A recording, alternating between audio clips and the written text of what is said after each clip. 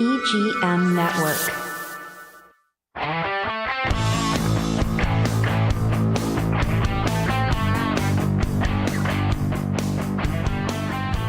Well, hello and welcome to Kriske Business. Welcome. Hello. I forgot where I was for a second. Ooh. Yeah, you're at Kriske Business, Erita. Well, I'm just trying to look at myself since you told me my eyebrows look like they put charcoal on them. I think your eyebrows look great. I do too. Who would say that? Oh, And I can't look at myself. I'm too far away here, and then I got to turn, and I can't. Oh, They look great. yeah. Great looking that eyebrows. just goes to show you the things we do to beautify ourselves, and then the guys are like, "What the hell did you do to your face? Yeah. What's wrong with your face?" And then I said, "Did my Botox kick in yet?" And he goes, "Oh, is that what it is?" Maybe that's it. Maybe that's it. Well, if I don't point out something is different, then I got to hear about, oh, you didn't notice did this and that. Also That's true. That's true. That's Also very true. true. You didn't notice I look surprised all the time? Right. Yeah, I got to point it out. All right. You guys, there is a vine that is taking over Florida. It is a threat to Florida. Ooh. Oh, and I messed that up. Guys, there is a weed that is a threat to Florida, and it's not marijuana. Okay. Now that's a better delivery. Ba-dum-bum. Yes. Okay. Okay. All right. It is called the kudzu vine. Oh, I have that in my yard all over the place. Oh, Oh, I hate that thing. it's a problem, right? Yes. Yes. It's a real problem. Got a real problem with that. Ooh. Well, this vine is a fairly common sight in Florida, which is appropriate considering our subtropical climate, right? It's perfect for these vines. Now, this is the kudzu vine, and it's a type of vine that stems from Asia. Japanese representatives first brought this plant to the U.S. for the 1876 Philadelphia Centennial Exposition. That's right. You're going to learn something today. This is so educational. For those of you listening and not able to see, the color of these vines is gorgeous. It is a pretty green color. Bright It's green. very pretty.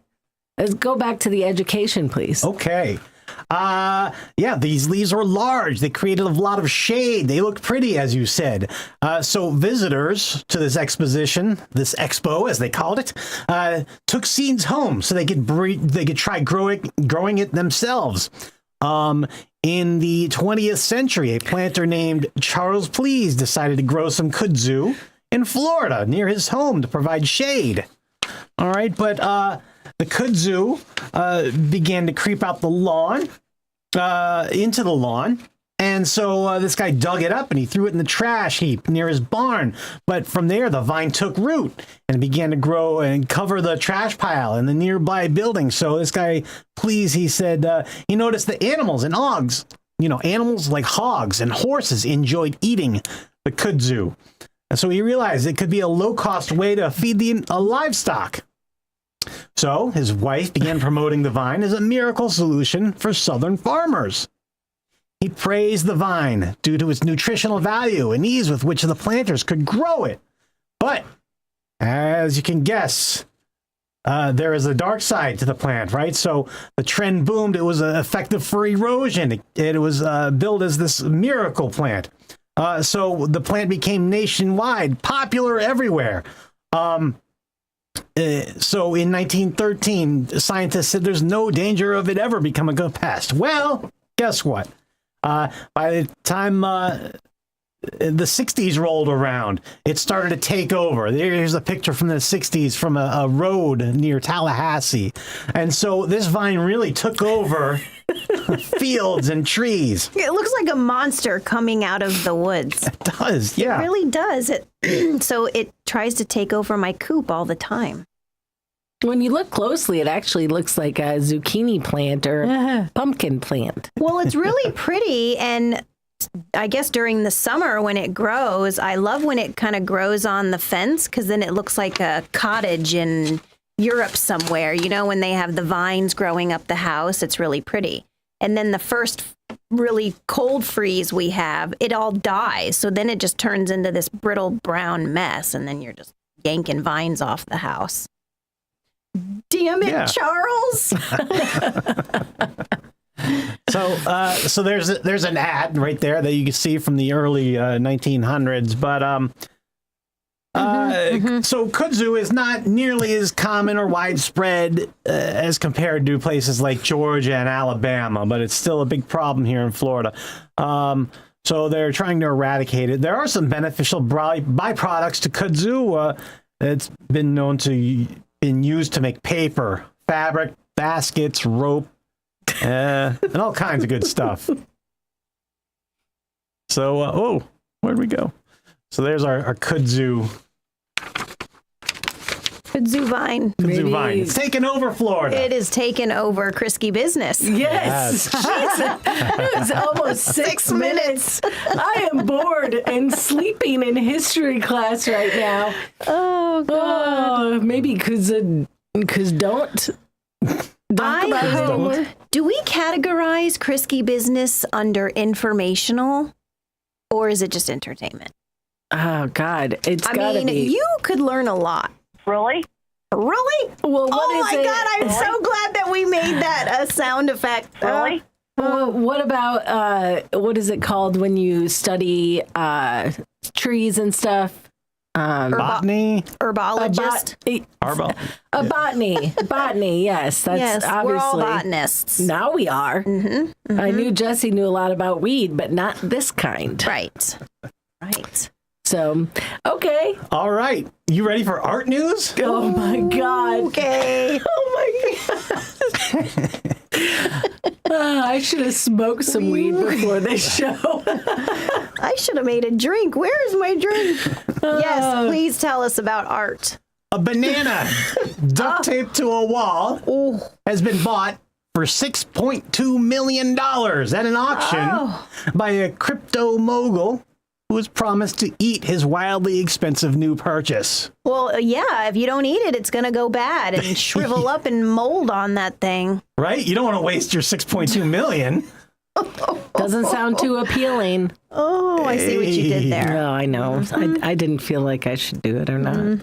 It's like color changing art. The yellow yes. banana is going to slowly turn brown. And mushy. Transition art and mushy. I like it, yeah. Texture and color will change. Oh, this is a new thing. Very good. The art auction took place last night at Sotheby's, New York. We take this on Thursday, November 21st. It initially garnered attention in 2019 at Art Basel, Miami. Italian artist Maurizio Catalan, 64, is the man behind the piece. It's called Comedian. It was displayed where one artist took a bite of the banana and one visitor vandalized the artwork. Stats about the art, blah, blah, blah. Who cares? I'm looking for the stupid fucking Florida news here about a guy who gets killed because a keg falls on him or something. He rolls on a wheel of cheese and slips and goes banana. I don't know. This is educational, Jess. I went to Art Basel once. How was it? When I lived in Miami. It was very cool. It's eye-opening to see everyone's definition of art. Yeah. I mean, there's a lot of strange stuff there. There's stuff that like a banana taped to a piece of cardboard. That's art. But, there's a lot of beautiful stuff. But it's everyone's interpretation of what art is to them. So what's going on here? Is $6.2 million for a banana? Is that just money laundering? Is this a tax scam? What's going on? I mean, people are complaining how expensive bananas are at Publix, right. So I can't imagine $6.2 million. 61 cents a pound. Yes. That's not organic. I'm not paying that. Nope. Well, and it's going to deteriorate. Well, Jesse loves throwing banana peels out the window. He loves it. Oh, no, you got to put them in a fern in those things that hang in the tree. Oh. They love bananas. He encourages the kids to throw them out, and I'm like, we look like trash throwing stuff out of the window. But anywho, It deteriorates. We pretend like we're in Mario Kart, just flinging the banana peels behind the cars that are behind us. Someone can slip them. Yeah. Oh, do you ever get them on the windshield of the car behind you? No, that's cool. Not unless I know the person well. Ooh, okay. So anywho, it's going to deteriorate, right? Right, it's going to turn brown and get mushy and moldy. Yeah. 6.2. Got to eat it. Maybe Or else he it's a waste. really needed to dump money. And that was yeah. a business expense. It's got to be something, right? Yeah, business expense, and then a tax write-off, something, a money laundering thing. Ayrton knows how to write off business expenses. She knows how to hide that stuff. Yes. Usually just didn't Not have too raw. loud. This Sean Diddy Combs thing is getting weirder and weirder. Here we go. Now I'm Now this interested. is news. I'm interested now. All right. Sean P. Diddy Puff Daddy Combs reportedly is accused of performing a bird sacrifice hours before he was acquitted on all charges in 1999. Now, yeah, so this apparently is not in relation to all the other trouble he's in now. This is from his 1999 shooting verdict with Shine. I guess he was on the stand with a guy named Shine, a rapper named Shine. And long story short, he sacrificed a bird. Yeah, there you go. And that got him acquitted? Well, that didn't get him acquitted, unless you believe that the bird sacrifice, whatever deity he was sacrificing the bird to, got him off on this charges. Totally. That the soul of that bird got him off the charges. But how do we know what it was? What if it was a chicken? I don't think it matters. I think you could sacrifice a goat. Not a ghost. They don't have souls. A goat. I think you just have to sacrifice something living. Who makes these rules? I don't know. Okay. The people that do the sacrificing. All right. I sacrificed myself to come on this show today.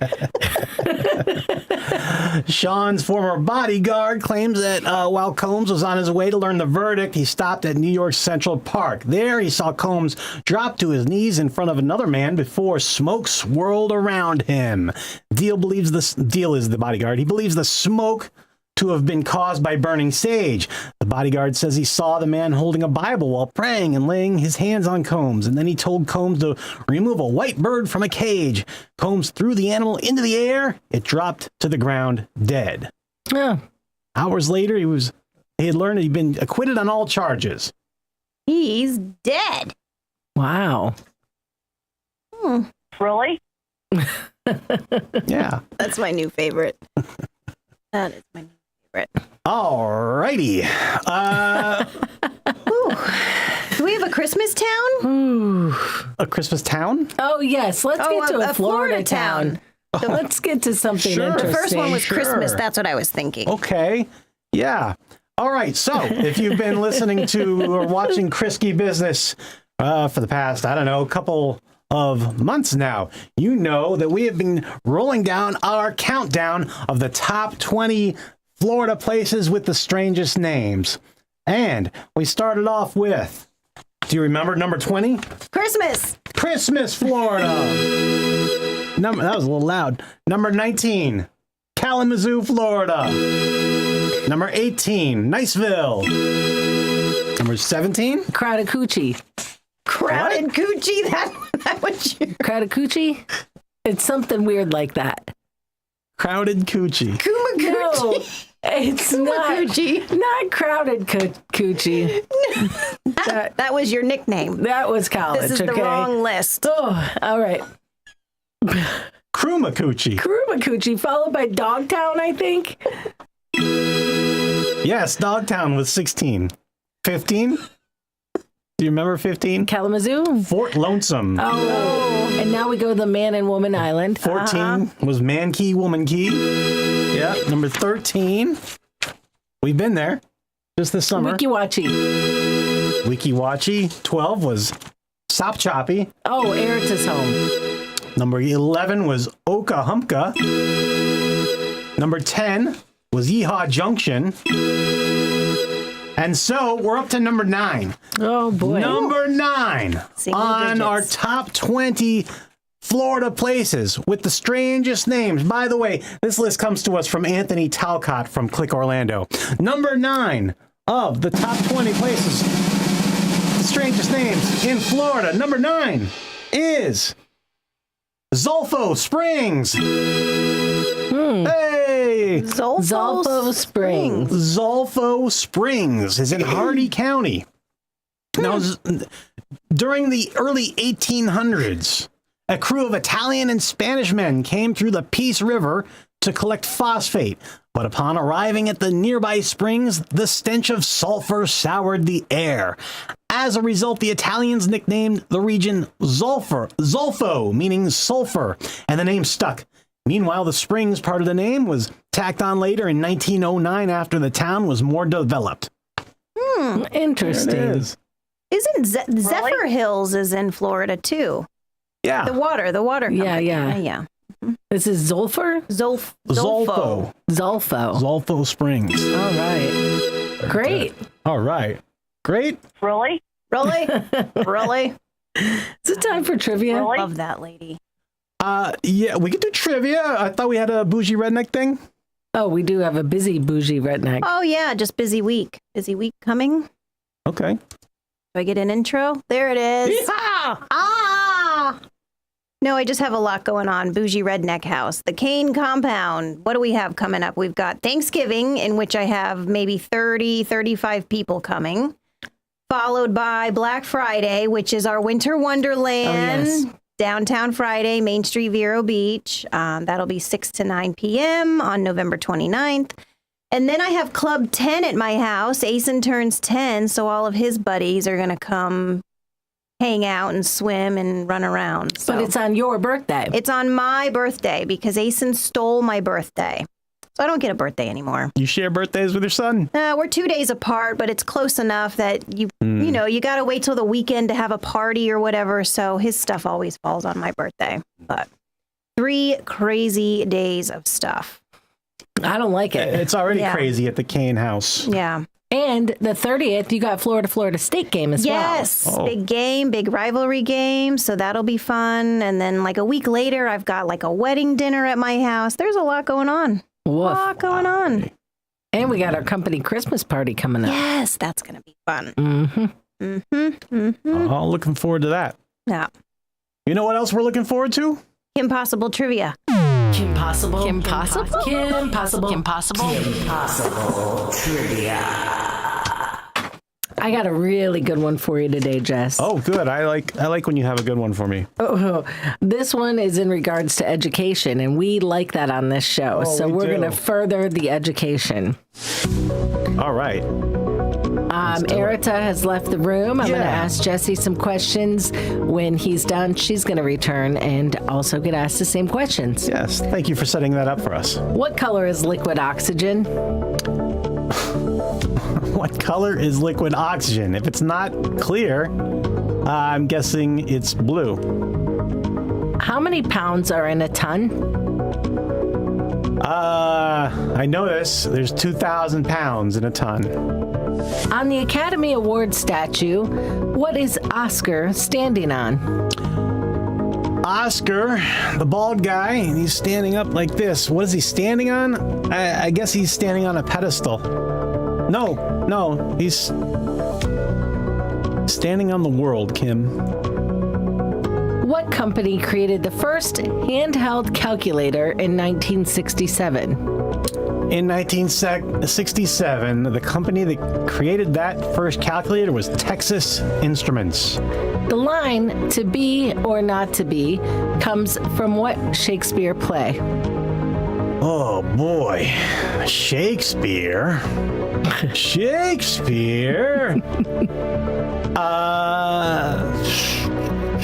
I'm gonna go Romeo and Juliet. I don't know.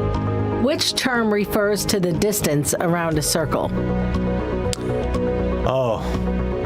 That's the circumference. What magical city does Dorothy try to reach in The Wizard of Oz? Oh, we just watched The Wizard of Oz. It was on the other day. Dorothy and her pals are going to the Emerald City. All right, and for the tiebreaker, I'm just going to ask it for shits and gigs. Okay. Within 2 years, how old was Judy Garland when she played Dorothy? When she played Dorothy, Judy Garland she was pretty young, 21. Okay, know. I'll go get Erita. All right, you get Erita. We have a lot of fun here at Kriske Business. You can have a lot of fun too. You can host your own show. Contact us, eGreen Media. Reach out. Speaking of pirates, here's Erita. Erita's back. All right. Reach out, egreenmedia.com. hello@egreenmedia.com. That's our email. Okay. Erita's back. All right. How do you think Save you did, us. Jesse? How do you think you did? I missed a couple, I think. Oh, God. Yeah. Erita, This first one's a doozy. what color is liquid oxygen? Liquid oxygen. White. Is that color? White. How many pounds are in a ton? 2,000. On the Academy Award statue, what is Oscar standing on? A globe. What company created the first handheld calculator in 1967? I'll go Toshiba. The line "to be or not to be" comes from which Shakespeare play? That is the question. Oh, to be or not to be?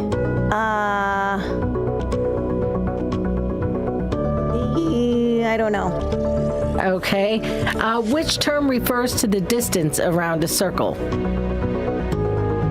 The diameter?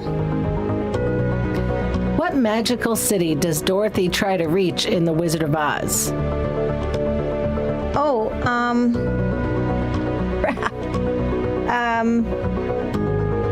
Wizard Oz. Aren't they going to Oz?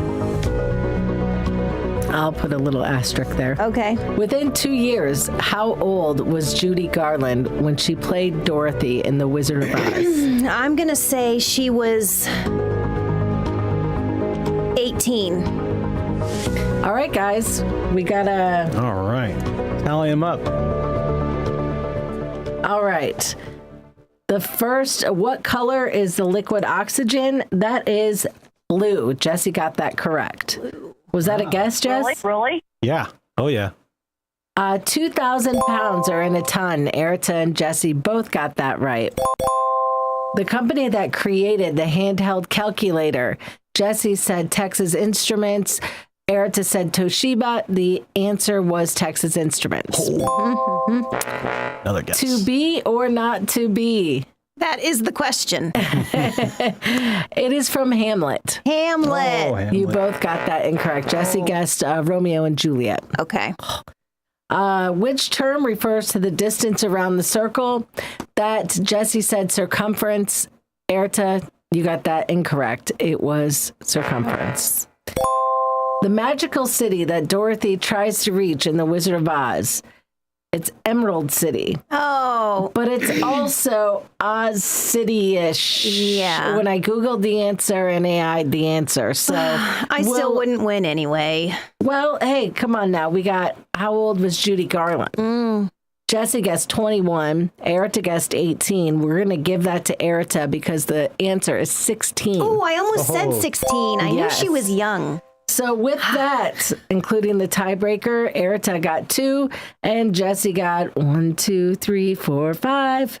5 to 2. Hey, all right. Good job, Jess. Good job. Let's bring this back to me. How did you like the questions? I liked them. Yes? Very different, all over the place. Jess, did you have another Good. question?